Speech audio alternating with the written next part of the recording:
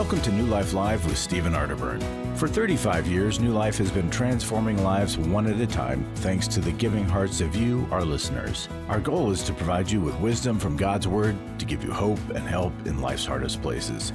If you have a question you'd like to ask today, our phone lines are open. Call 1-800-229-3000. That number again is 1-800-229-3000. Now here's today's host, Dr. Alice Benton. Welcome to New Life Live. I am Dr. Alice Benton. I have the pleasure of being here with Marc Cameron and JJ West. And if you folks didn't know, Marc Cameron is basically our resident expert on attachment styles. And so if you've heard about the material from Milan and Kay Yurkovich's book, How We Love, he is the one to talk to about it. And JJ West runs our Every Man's Battle Intensive and our podcast, and he has great expertise on helping families struggling with addiction. And he's going to share with us a bit about that today. JJ? Well, thanks, Alice. So glad to be on. And, you know, the thing that I've been thinking about lately is the Serenity prayer. We oftentimes will refer to the Serenity prayer at the Every Man's Battle Intensive. And part of the power of the Serenity prayer is this acceptance. We're all pretty familiar with the first part of the prayer where it says, God, grant me the serenity to accept the things I cannot change, courage to change the things I can, and the wisdom to know the difference. We're not nearly as familiar with the second part of the prayer, which says to living one day at a time, enjoying one moment at a time, accepting hardship as the pathway to peace, taking as Jesus did this sinful world, not as it is, not as I would have it. That's a real challenge. And I didn't even read the whole thing, but that one line right there, taking this sinful world as it is, not as I would have it to be. Boy, that there's so many things that happen in life, these unexpected disappointments. I walked into my office this morning and there was clearly a dead animal that had been caught over the weekend. And we're in Florida and it's summertime already. And it was obvious that this animal had been caught, and not only caught, but killed. Unexpected disappointment. How do you roll with those things? Mm-hmm. When we tend to demand that this world go as I would have it to go, that so often leads to addictive behaviors, because this world doesn't go as I would have it to go, and I want an escape from this world. I don't want to accept it as it is. I want it to be what I want it to be. And so part of our healing process, part of our ability to move out of addiction and into recovery, is learning to accept the hardships of life, accept this world as it is, not as I would have it to be. It's a big challenge, and we can't do it alone. Yeah, I love that, JJ. There's a saying that says acceptance is the answer to all of your problems.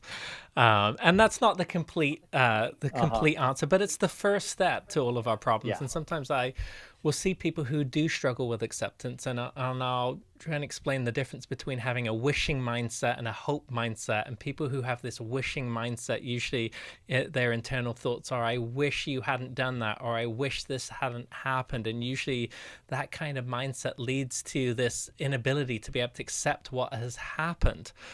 Whereas a hope mindset can be more of an internal voice saying, like, I would have hoped you wouldn't have done that.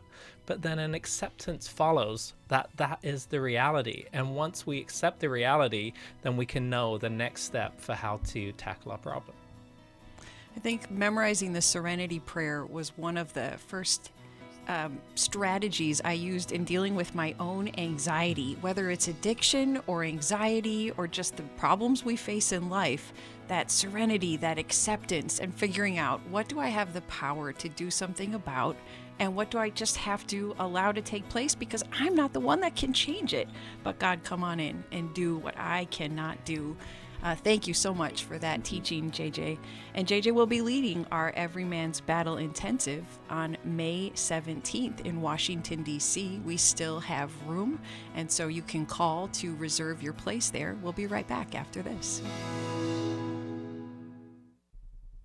My husband was involved with pornography addiction. He was unfaithful. He stepped out on the marriage and ended up having a child. The Restore Intensive is designed for a woman dealing with a man's sexual addiction issues. There were strip clubs. My husband is a recovering sex addict. If you've been affected by betrayal, an emotional or physical affair, or pornography, the Restore Intensive will equip you with support and tools to help you through. Restore has empowered me and has given me the tools to work through my anger, work through my pain, work through my confusion, and help me realize that I am worthy. Being here and being surrounded by people who get it has given me my power back. The Restore Intensive is coming to Dallas, Texas, July 12th through the 14th. Call 1-800-NEW-LIFE to find out more. That's 1-800-639-5433 or online at newlife.com. Thank you, Restore. You have changed my life forever. 1-800-NEW-LIFE.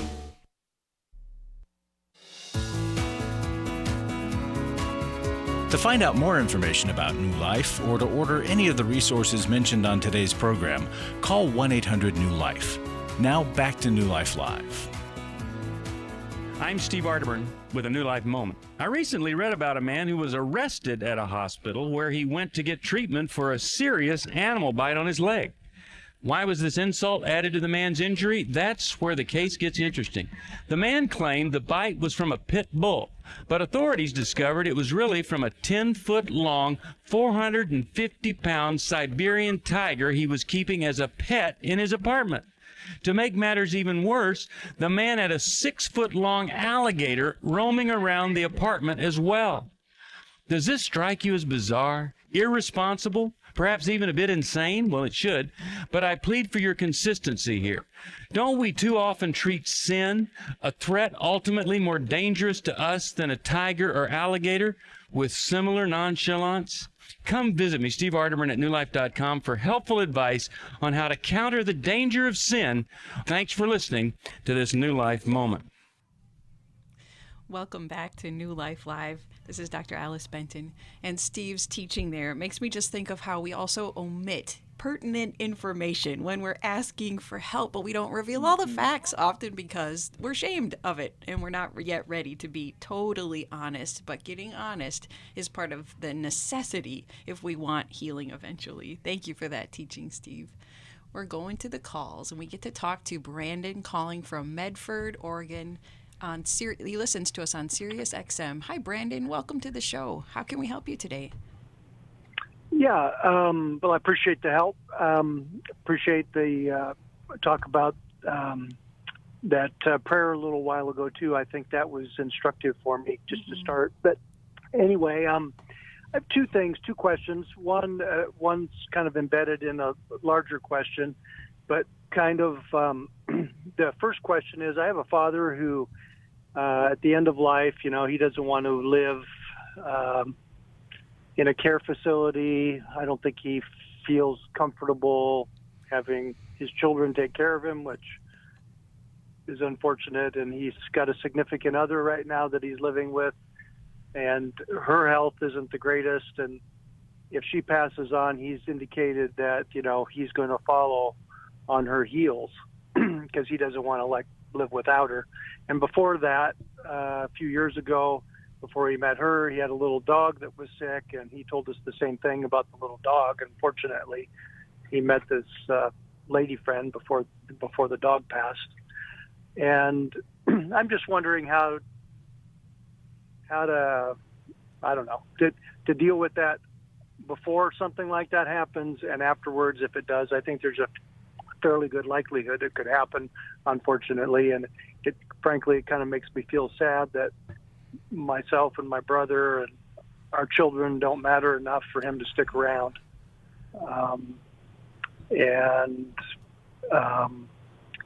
I guess, and how it plays in the bigger question being, seems like I have, quite a few of these sorts of issues. And, I'm older, and I kind of feel like it's, I told your screener, I told her, I kind of feel like it's skunk smell. I can't get off of me. And so, anyway, or I feel like be in therapy for the rest of my life and be like the widow with the issue, not the widow, but the lady with the issue of blood in the Bible, who spent all of her life savings on doctors and never found any relief. So anyway, that's my question. Oh, Brandon, these are overwhelming issues that you're dealing with. And for your father to have been talking about suicidality basically for quite some time here, you're up against a lot, and you may feel like you have really limited power in how to manage this. So thank you for the courage to call and ask the question. Have any of you offered your father help, and is he at all open to counseling?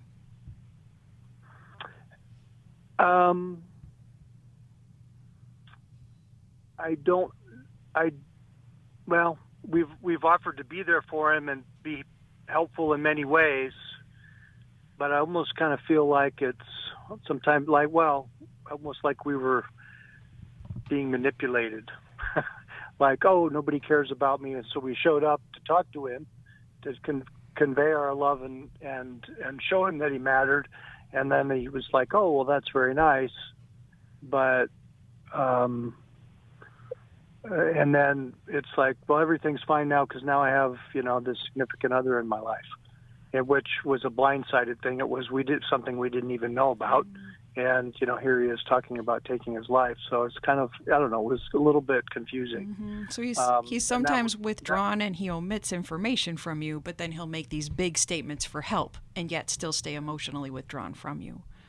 That's right. And then my reason for calling was, he wants to have like an hour-long conversation where he can ask me stuff and I can ask him things. And, I'm trying to prepare for that because I think this might be part of that conversation. And,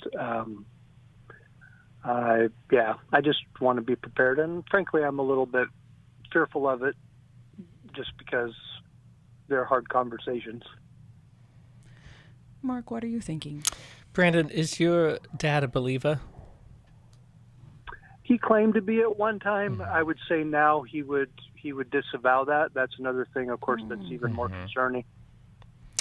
Yeah. So it sounds like you're starting the stages of grief. It sounds like your dad is starting the stages of grief too, with his partner or with his spouse, who is at the end of her life. I think that's what you said, right? That he has a spouse or a partner who's at the end of her life. And yeah, they're both in their mid-80s, and he's in decent health, although he has just been diagnosed with prostate cancer, and I don't know what stage. And then he wants to outlive her so he can care for her. Her health is not as good.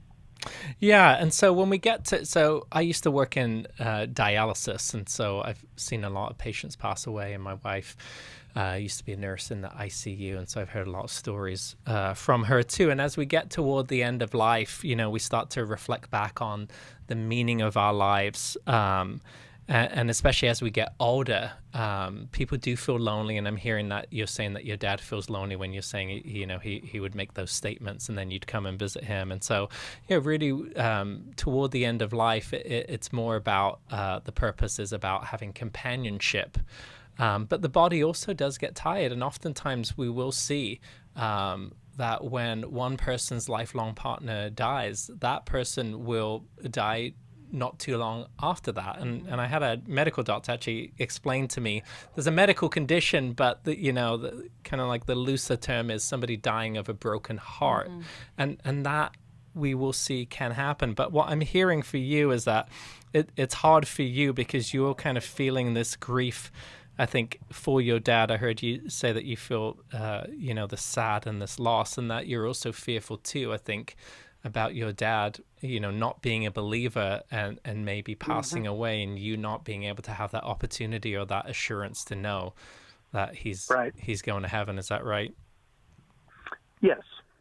Yeah. So what I would say is, approach your dad and I think be brave and have that conversation, because if your dad's going to be brave with you and have that conversation, what I would advise is be that listening ear. You don't want to be pushing back saying, Dad, I don't really want to talk about this. I think it's really selfish of you to do this. I mean, he's wanting to process with you where he's at the end of, toward the end of his life. And so I think just learning to be that listening ear and see what you can hear and learn from him so that you can try and offer some kind of comfort for him and see what his needs are. JJ, what are you thinking? Yeah, I love that advice. I would also add, Brandon, if you can share with your dad your heart's desire to whatever time you have remaining with him, that you guys can work on having the best possible relationship. And I don't know how close you guys have been over the years, but it sounds like part of why this is so hard for you is that you wish that you guys were closer to the point that he would see value in wanting to stay alive, even if his partner died, that he would see value in wanting to stay alive because he has a good relationship with you. And I think you said a brother or siblings. So I would encourage you to express that, not in a directive way. You're not allowed to take your life because it would be too painful for me, but instead from the perspective of, Dad, I'm so glad that you want to have this conversation. I want us to, with whatever time we have remaining together on this earth, I want us to work on our relationship. I want us to share openly. I want us to be able to enjoy our time together. I want you to be able to, come over and spend time with the grandkids or bring them over or whatever the scenario is, right? But to express, like Marc was saying, listen to his desires, but also to express what's your heart's desire as far as the relationship with him. Can you, again, to borrow Marc's words, can you have the courage to share that without any guarantee that it's going to be reciprocated? Mm-hmm. Brandon, you pointed out that you also feel like you might need therapy for the rest of your life, and that's a daunting proposition that you might need that much help too. Bringing that in humility to your dad, because depression often runs in families. Dad, I've been struggling lately, and I think I need to do something about it. Brandon, we have the Emotional Freedom Workshop and Intensive, which will take place online on June 1st. And we have family members who attend it together. Sometimes they get on computers in separate rooms, but they sign up together. They participate in some ways together. And so bringing your humility to your dad that you feel overwhelmed with life at times. And would he join you in this Emotional Freedom Intensive? Or would he allow you to connect him with a counselor, even though you and your brother have offered to help him before, taking it up another level to offer specific professional help? Maybe we'll have a chance of getting through this time. I wanted to also leave you with how the plan B, that you might have to involve the authorities if his partner passes away and you believe he's going to truly follow through on that suicide threat, especially if he has lethal means accessible to him, and even just medication that he can overdose on could possibly be those lethal means. And if he's ever attempted in the past, not just threatened, but also attempted. We know that the rate of suicidal ideation has grown so much over the past 10 years, and at all ages, people are experiencing suicidal ideation. And so taking it seriously like you are, thank you for being a good son to your father, who you're willing to take extra steps to be able to help him. So be prepared that you may have to call 911 and they could do a wellness check on your dad if you think he's moving beyond just threats. But explore if that's actually what he means when he says, I don't want to live anymore. Is he actually threatening suicide, or is he just telling you about something that's going on internally inside himself, right? Is it just like this hopelessness and this sadness that he's feeling when he makes that statement? It's a good point. So clarify. We differentiate by calling one morbid thinking, I want to die, I ask God to take me from this world, I'm ready for heaven, versus suicidal thinking, which is I'm considering doing something to actively end my life. Because it could just be more of a wanting to give up rather than I'm going to take my life. It's a very good distinction. Brandon, we're going to send you a book, Living Strong and Finishing Well, which is by Dr. Dave Stoop. You might read it first and then share it with your dad. And we thank you so much for calling. We're going to check in here with Denise before we get to the break. Denise is calling from Pittsburgh, Pennsylvania on Sirius XM. Denise, we only have a minute, but we want to start off with your question, and then we'll get to more details after the break. How can we help you today? Well, I would like some assistance with how to move on following the discovery of my husband's extramarital affair for decades. He has done some things, and I'm confident that he is not involved anymore. But I struggle with flashbacks of thinking what he did and what I missed, and he tells me he's moved on, but I need help, and I would like him to understand my emotions and be able to express his emotions. Denise, those issues that you're describing, the thoughts that you're having and emotions you're feeling, I just want to tell you how completely normal that is for a woman in your position to be feeling and thinking, and that your husband is struggling to understand it. We can help, and JJ West is just the person to talk to about this. We'll be right back.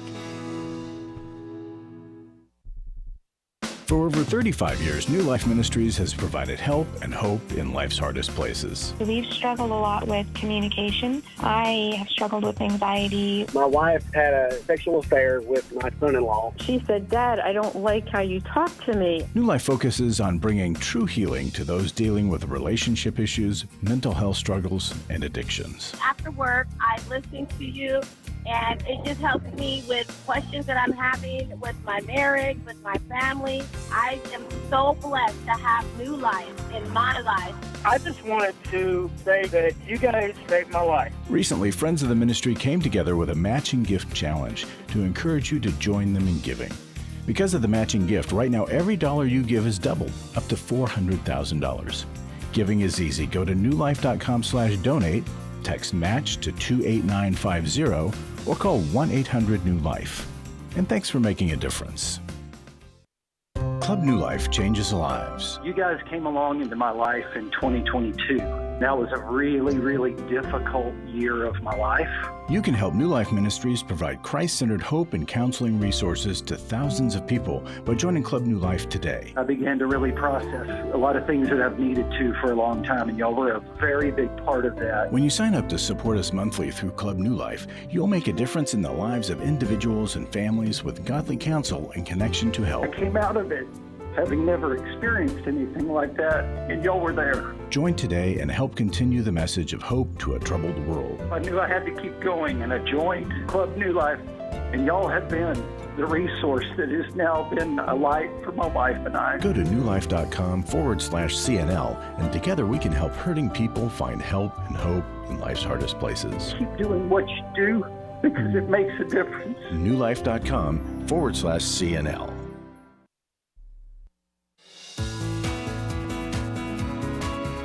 We'd love to hear from you. If you have a question or a comment, call toll-free 1-800-229-3000. Now back to New Life Live. Welcome back to New Life Live. Before we go back to our call with Denise, I want to remind you and celebrate with you that we are over halfway to meeting our $400,000 matching gift. We have until May 31st to be able to access those funds, and we do so by your donation getting doubled. It then releases that same amount, doubling your gift to New Life, and we are so cautious with the donations that we receive, trying to put them to the best use possible. So thank you to all of you who have gotten us to that point, halfway to the match. And we ask and invite others to do so as well if God nudges you. I know that I was a listener for a long time to New Life before I ever gave. And one day there just was a turning point where I felt God's nudge. Now is the time to become a part of the New Life family. I have never regretted it, especially with all those goodies we get in the mail. And you can make your gift at newlife.com/donate. You can text us the word match to 28950. Or you can call us at 800-NEW-LIFE. And when you make a donation of at least $100 or more, we'll be able to send you our just released Every Woman's Bible, which was edited by Misty Arterburn. Fantastic insights in there about women in the Bible and the scripture in general. You don't want to miss out on that. And so we'll go back now to Denise.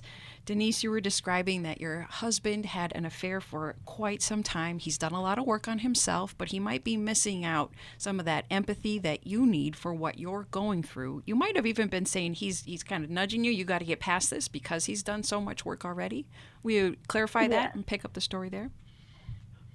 Yes, he has done a lot of work, and we've done a lot together, but he just can't express himself emotionally or say what he's feeling.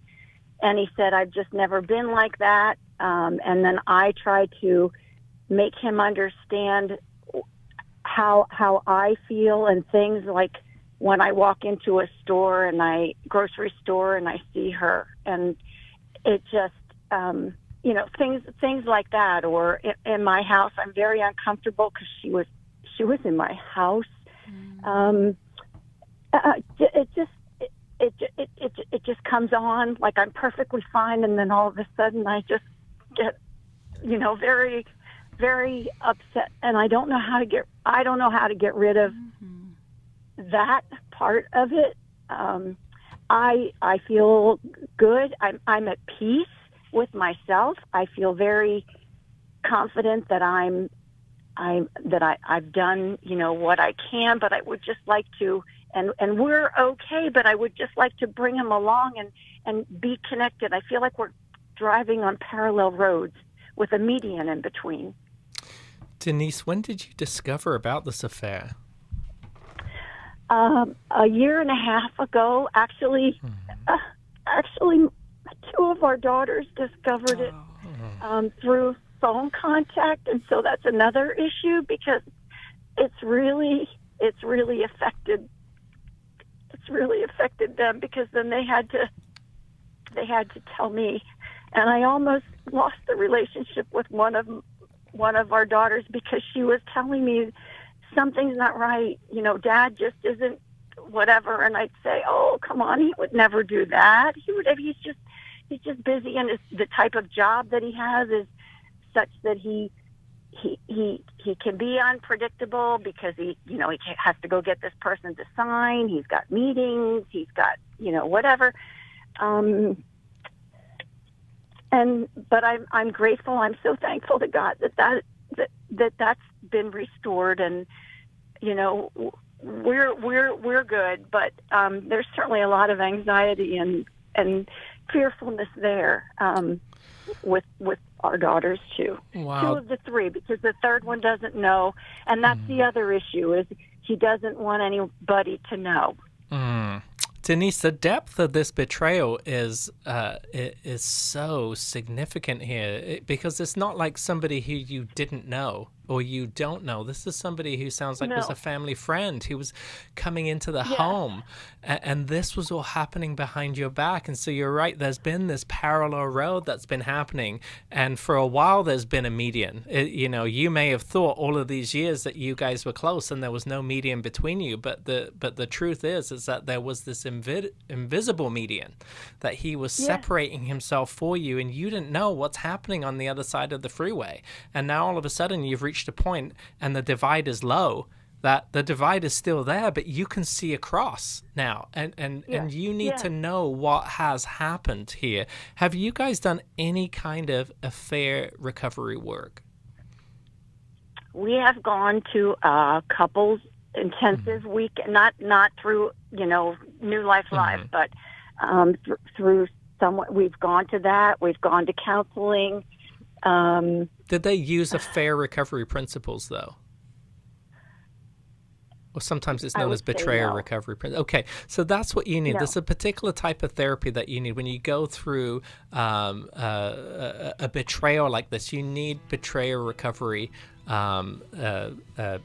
approach to this, because everything that you're thinking and you're feeling is entirely normal. Your world has been completely upside down, and him trying to keep everything in the dark is parallel to what has happened in the affair.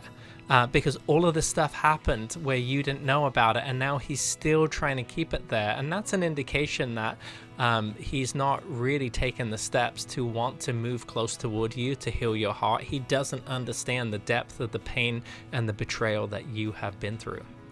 Denise, we're going to take more time with you after the break, and you'll hear from JJ West as well. And so hold tight. And Harley, we're going to get to you as well, so hang on. So folks, after this short break, we will come back and further discuss what Denise can do next.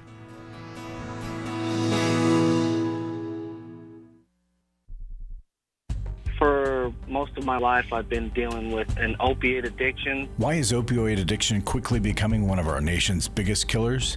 Maybe it's because it isn't only those who are addicted who are in denial. We did what I see so many parents do, is it can't be an addiction. There's something medically wrong. It's impossible to solve a problem when you don't know what you're up against, and families will try to find any explanation except the one that will put them on the right path. Alcoholism and drug addiction is a family disease. It doesn't affect just the individual. If someone you love is abusing painkillers, know what you're up against. It's time to admit it's addiction and seek treatment. Call us today at 1-800-NEW-LIFE. We have Christ-centered partner treatment centers around the country. Call 1-800-639-5433 or visit us online at newlife.com. We just made a decision. We will do whatever it takes. 1-800-NEW-LIFE. Daniel Grossman on coaching. Coaches are really focused on the future and helping people to develop those skills and those strategies to help them move forward in their life. A coach really partners with you to focus on things like personal growth or health goals, spiritual growth, helping you develop in your career or possibly strengthening your relationships or maybe even breaking free from a negative pattern. If you need a coach for life, your career, relationships, your health and fitness, leadership, and more, call New Life today and ask about the New Life Coaching Network. Our coaches have been trained and screened with the same intensive process we use for our network counselors. Coaches use different techniques. Some like to use strategic questions and accountability, ultimately empowering you to take those next steps toward your goals. Take control of your life and take action to achieve your goals. Call 1-800-NEW-LIFE and talk to us about getting a New Life coach today. I really believe that everyone can use a coach in their corner. 1-800-NEW-LIFE.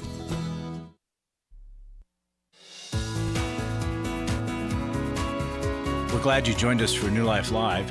To be a part of the program, call 1-800-229-3000. Now back to New Life Live.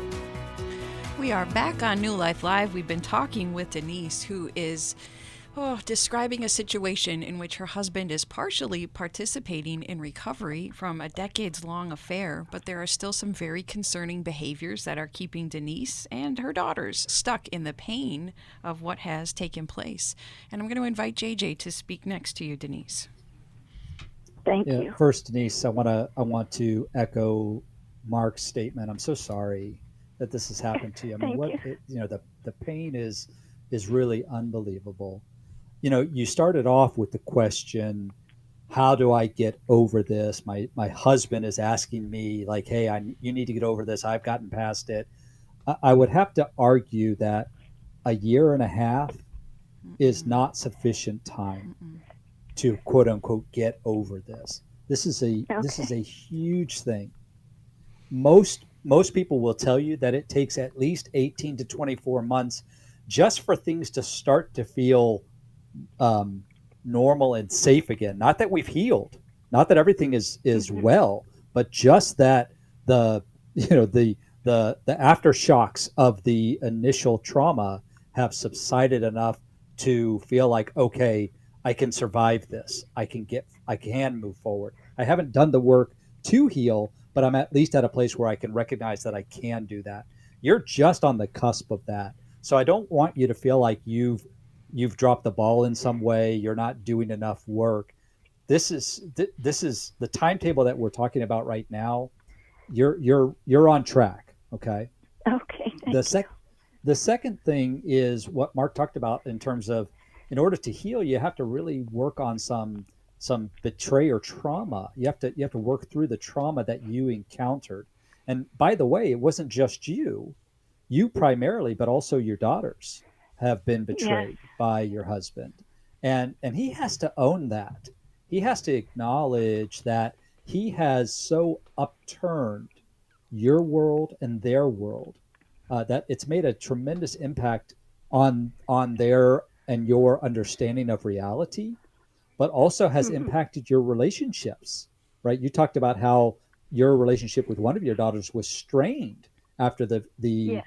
information finally came out, because you had for so long defended him, right? And said, no, it's not Correct. possible. He could never do that, right? So he has to Right. own the fact that his decisions impacted your relationships with your relationship with your daughters.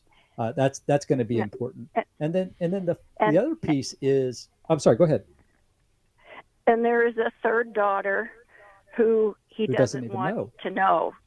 She Yeah. doesn't live locally, and he doesn't want her to know because he said, "Why ruin another family?"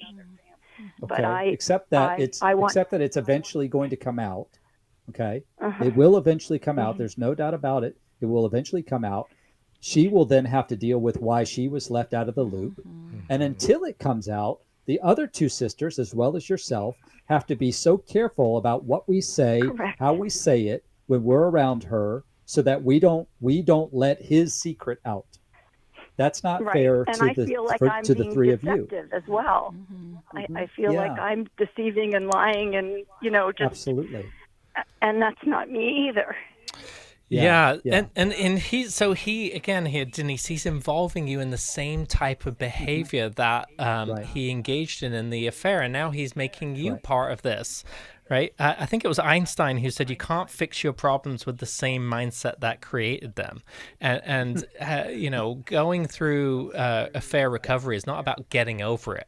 It's about getting through it, and you really need him to be somebody who's taking care of your heart. And I don't hear that he's taking responsibility and taking care of your heart, because I think taking care of your heart is somebody who has radical ownership, somebody who calls a meeting or goes to meet separately with each of your daughters and says, hey, this is what's happened. I've done this. I've hurt your mom. I have wounded her. I've wounded you guys. You haven't known about it. And I just need to tell you what's happened. I need to ask for your forgiveness, and I need to lay out the plan of what I'm going to do to help your mom heal and win her heart back and win your guys' trust back. And I don't hear that he's done that.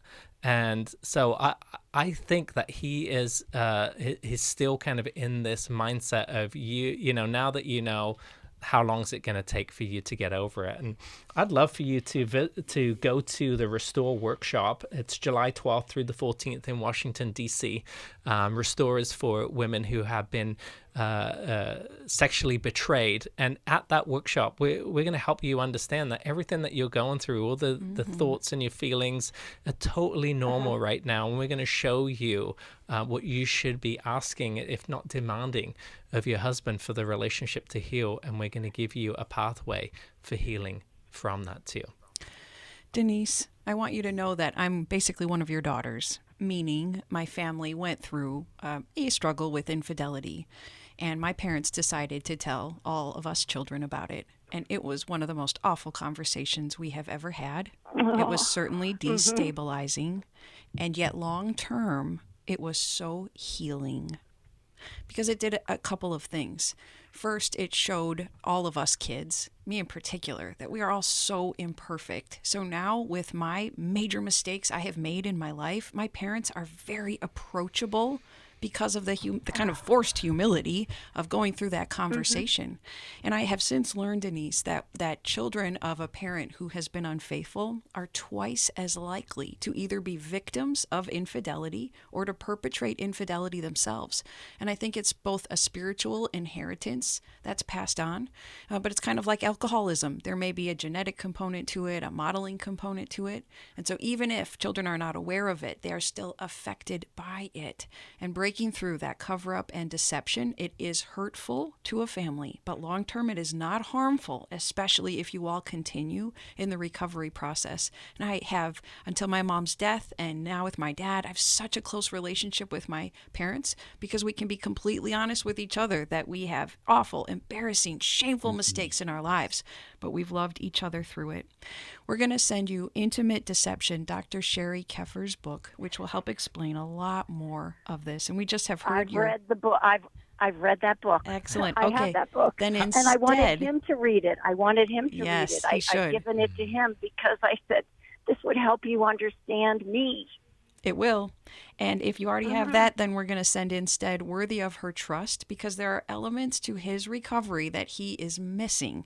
I'm questioning whether or not he's really in the Sustained Victory, the ongoing group from Every Man's Battle, because at that intensive weekend, they sure learn what to do, but our men need to be in an ongoing process of support, because I hear he doesn't want to upset other families. No. He doesn't want to wreck your daughter's family. He has some good and reasonable motivation there, but he needs the courage to fully face this. So we'll send Worthy of Her Trust for you and your husband to read, so you can know what you can expect and what you can ask for from him. So Denise, thank you so much for your call. We'll be praying for you, your family, and your daughters. And now we'll go to Harley, who has been patiently holding on, calling from Knoxville, Tennessee. This is a first-time call. We love first-time calls. Harley, welcome to the show. How can we help you? Yes, I was just wondering, the faith that I was raised in was a very restricting faith and, very Bible-believing. And one of the things that the preacher always preached on was seventh commandment is thou shalt not commit adultery. And he explained it to us as young people. If you get married, you get a divorce, you remarry, you're committing adultery. And so you can't do that and make it to heaven. Unfortunately, after I married my high school sweetheart, found ourselves in the situation where she wanted out, so we got a divorce. She moved on with her life really, really quickly, and then I eventually met somebody, we fell in love, and we got married. But now the question I have in my head is, am I committing adultery? Is this going to keep me out of heaven, or am I okay? Harley, thank you for that question. It's a question we get from time to time here, because that worry of, if I've committed this sin of adultery, how does it affect my salvation? And so I'm going to start with you, JJ. Yeah, so, there's a lot of things in that list of commandments that your former pastor referred to that we are guilty of, especially when we understand it through the lens of how Jesus taught, that it's not just behavior, but it's also what's going on in our hearts. And so if I'm guilty of lust, I'm guilty of adultery. If I'm guilty of hatred, I'm guilty of murder, right? Like there's a much higher bar. And the thing is, none of those things keep us out of heaven if we've accepted Christ's sacrifice on the cross for our sin. None of those things keep us out of heaven. But all of those things keep us out of heaven if we haven't accepted Christ's sacrifice on the cross for our sin. So it's not that, I've lived in such a way that I earn my spot in heaven. It's that I've accepted Christ making my way into heaven for me. So anyway, I hear the music. We'll probably come back after the break. Do hold on, Harley, because we'll draw out some more details and help you a bit more. And dealing with both the spiritual and the emotional side of what our listeners are going through. It's all part and parcel. They're all connected. Our spiritual concerns affect us emotionally. They even affect us physically. And so when we're living in that cognitive dissonance of, am I sinning? It takes a toll on us. We'll come back after this. We all face days where life throws us a curveball and our routines or plans get disrupted. Things we wanted to do are forced to take a backseat to the unexpected demands of the day. If you normally listen to New Life Live on a radio station, well, you might not be able to that day. And on these hectic days when you're feeling stressed or frazzled, hearing the sound of counsel given on New Life Live is just what you need to navigate the unexpected things of life. Every time I'm troubled or I have a problem, I'll cut on New Life, and there's always something that is said that is helpful to me. By listening, I have learned more than I can ever express about how God wants me to live. Download the New Life app for the easiest way to listen wherever you are and at a time that's convenient for you, or watch the show on our YouTube channel. You can even subscribe to our podcast from your favorite podcast provider. You never have to miss a day of New Life. Wherever you are, we are. I was sort of vaguely familiar that the 12 steps had some origination in the Bible. I found Life Recovery, and one of the things I liked so much was that it had such a broad appeal. It wasn't limited to just alcohol or drugs, that it was addressing a wide range of problems. At New Life, we believe everyone can benefit from a life recovery experience. There are life recovery groups all over the country. They take place online, in conference calls, and in person. And if there isn't one in your area, we can help you start one. We have startup materials, leaders' guides, CDs, Bibles, and more, all with discounts available for groups. Call us at 1-800-NEW-LIFE and ask for Terry Ward. The 12 Steps have long been a great help to people in recovery because much of the 12 Steps' power comes from the fact that they capture principles clearly revealed in the Bible. The 12 Steps is really a pattern for all of us as Christians. Call 1-800-NEW-LIFE. That's 1-800-639-5433.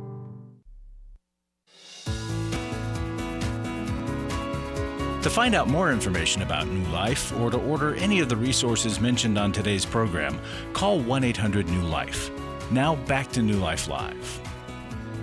Welcome back to New Life Live. We'll return to our call with Harley in just a minute, but because we have Every Man's Battle Intensive coming up on May 17th, I first want to invite JJ to speak to female listeners who don't know how to talk with their husbands about attending, but also need them to attend. JJ, what would you tell them? Yeah, I would say start with sharing your heart, sharing the pain that you're experiencing, sharing the fear that you might be feeling, sharing even your desire for restoration, for reconciliation. Obviously, if that's accurate, you don't want to say something that's not true. But if your desire is that he would, in fact, get the help he needs in order for your relationship to be restored, share that as well. But also share that you're looking for tangible evidence of change in his life and in his heart. And that has to be more than just words. That can't just be these empty promises of, I swear I'll never do it again. I'm so sorry, but I've changed. I'm going to do differently. No, I need to see tangible evidence of that. And to kind of go back to something Marc had said earlier, our best thinking got us here, right? We can't, to misquote Einstein, right? Like, we can't solve our problem with the same approach that we created the problem. My best thinking got me here. So I really do need to reach outside to others. And so going to an Every Man's Battle Intensive allows me to go and hear from others, listen to others, learn from others, so that I'm not trying to fix my broken self with my broken self.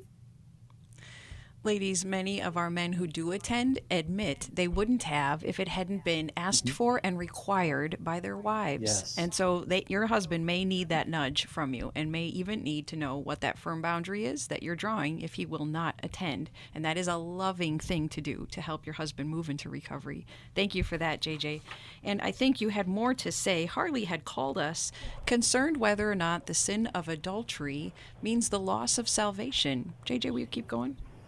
Yeah, so, this came up a lot all through Jesus' time on earth. The religious leaders were constantly trying to trap Jesus. Oh, we've got him now. He can't squeeze his way out of this one. Right? We're gonna trap him in this. And one of those times was, of course, with the woman caught in adultery.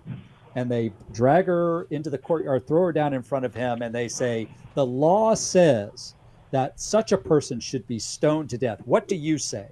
Right? They've got him trapped because either he's light on the law, on the Bible, or he's ungracious. And of course, his response is beautiful, in which he says, he who is without sin cast the first stone. Right? We're all guilty of sin. And then he says to the woman, after everyone's left, he says, where are your accusers? There are none. He says, neither do I accuse you, or neither do I condemn you, but go and sin no more. So when we're talking about these questions of, is this the sin that's going to keep me out of heaven? It's really the wrong question to ask. The question is, one, have I accepted Christ's gift of salvation that he purchased solely by himself, not any addition from me? And then two, has that acceptance and that relationship with God caused a change in my life where I want to live away from sin? I want to trust God with my life. So that's, I would say, shift the conversation away from, is this behavior the thing that's going to keep me out of heaven, and to, where is my heart? Is my heart to walk with God, or is my heart to walk on my own? Yeah, I think you're 100% right here, JJ. I think it's a very legalistic mindset.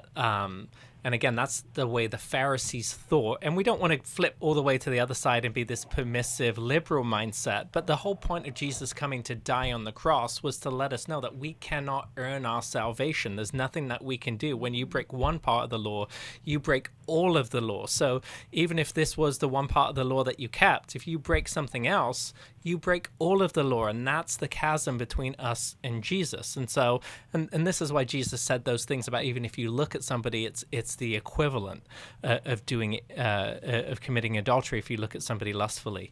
And so I think the key part is go and sin no more. Go and try and live your life. If you love me, you will obey my commands, is what Jesus said. And so if you receive the gift of salvation, you will go forth and you'll try and live your life to the best way it can be.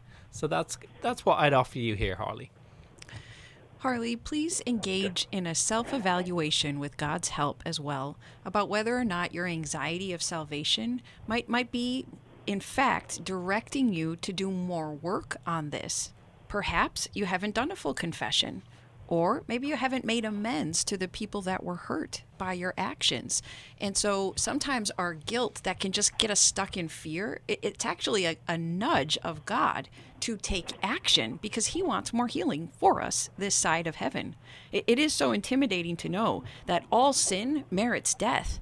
All sin merits the loss of heaven. And so, as the gentlemen are saying, it's only by the gift of salvation that any of us get out of it. But we can get out of it if we'll confess and then take the steps to fully repent of what we have done. Harley, thank you for the courage you have had to call. And I'm going to send you 100 Days to Freedom from Fear and Anxiety, a daily devotional that will just usher in more peace and more understanding for you with the fear that you have been feeling. We're going to take a question from someone who wasn't able to call in live, but wanted to get a question answered on air. And you folks can do the same by going to New Life. You can leave us, our newlife.com website, you can leave us with a question that we'll answer live on air. This question comes from Terry in Kentucky. How do I handle my husband stopping kidney dialysis? It seems like a suicide wish. The background information, Terry says, I'm Terry in Kentucky, the wife of a man who has stage 4 kidney disease and is considering stopping dialysis. And everyone tells me it's his decision. I'm not trying to influence that decision, although it seems to me like a suicide wish. He's only been on dialysis for 6 months. There are things he could do to help himself feel better, but he seems to have given up. He's never been compliant with his medical care, and it seems as though he doesn't care. He won't fight. We're both 69 years old. Your thoughts on this matter would be helpful. Marc, you have actually experience in this area of care. I do. I actually, prior to being a therapist, I ran the largest hemodialysis clinic in the United States, and then I ran the largest home dialysis program in the United States. And so, yeah, I mean, I think stopping dialysis is a very personal decision because it's not the same as suicide, because when you're on dialysis, you have machines that are mimicking the function of your body. And if you don't get dialysis, you end up dying quickly. So it's kind of the equivalent of somebody stopping a breathing machine for somebody that is keeping them going. And so it's a very hard life to be on dialysis, especially in-center hemo. You need it 3 times a week. You're exhausted when you go and do it. It's draining afterwards. And it's just a really, really hard life. And so when somebody comes to make that decision to say that I want to stop doing this, it's really that they're just kind of accepting the limitations of their body. But it can be hard, especially if you have abandonment issues and the family members are left dealing with grief and the loss of it. And so I think what I would say to Terry here is I can totally understand why this is your experience, that it feels like he's giving up. But to just sit there, try and put yourself in your husband's shoes, try and have a really honest conversation of what it feels like for him to have to go through something so hard, and then just process through what letting go together and doing that well would look like. And in a separate conversation, Terry, I would ask you to share your heart with your husband. Ask if he can be a listener to you, and maybe even in the comfort circle. Let him know how fearful you are of what might take place if he stops dialysis. And hopefully through that you can come to a better understanding of each other's hearts. I'm going to leave you with Proverbs 24:11. Hold back those struggling toward the slaughter. Rescue those being led away to death. And we at New Life would love to help you with that. Call us. Thanks for listening. We hope this program has helped you by giving you insights for handling the challenges you face in your life. We want you to know that we're here for you, but you also need to know that New Life Live is a listener-supported ministry. To make your donation or to get any of the resources mentioned on today's program, call 1-800-NEW-LIFE. That's 1-800-639-5433, or write to us at New Life Ministries, P.O. Box 1029, Lake Forest, California, 92609. Please join us again tomorrow for New Life Live. Thanks for watching today. We love helping people. I hope you sense that. And we know that there's always hope if you find the right resource. Now, if something we've said to somebody else applies to you, that's fantastic. That's what we're hoping for. But also, if you want to join us directly, you can call 1-800-229-3000 between 1 and 3 Eastern Time, Monday, Tuesday, and Wednesdays. Those are the best times to get through. And while you're here on YouTube, check out these other videos that we've done to help people see where they could grow or a different path to take. And if you do that, would you give us a thumbs up on the video, and please subscribe to this channel. There are many ways that we can help you outside of the radio program, and it's very hard for some to pick up a phone and dial 1-800-NEW-LIFE. But when you do, we put you in touch with somebody who cares about you, knows all the resources out there, and they're going to find the best for you. There is no reason to struggle alone. I hope to see you tomorrow. Hope you'll invite somebody else to come and join that maybe needs just a little bit of help along the way. I'll see you next time.